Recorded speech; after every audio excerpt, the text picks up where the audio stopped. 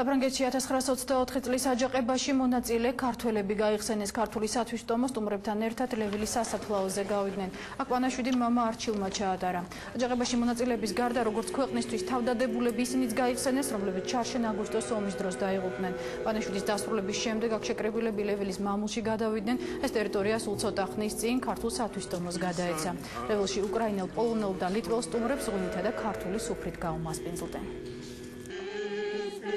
წელს ამ დღეს ლევილში კიდევ უფრო მეტი მნიშვნელობა აქვს, იმიტომ რომ დიასპორამ გადაწყვიტა, რომ მოიხსენოს წინა წელს რუსეთის აგრესიის შედეგად დაუპული ადამიანების ხსოვნა და რაც კიდევ უფრო მნიშვნელოვანია, ეს არის ერთობის დღე. როცა ქაქუცას მგონია 3 წლის წინ ყველაფერი დაბრუნდა საქართველოში და ძალიან გიხარია, რომ პასპორტი, სურათები და ყველაფერი და ქაქუცა საქართველოში არის, მაგრამ ყოველთვის როცა შემიძლია მოვდივარ სექტემბერში ლევილში, რომ ვიფიქროთ და ვილოცოთ.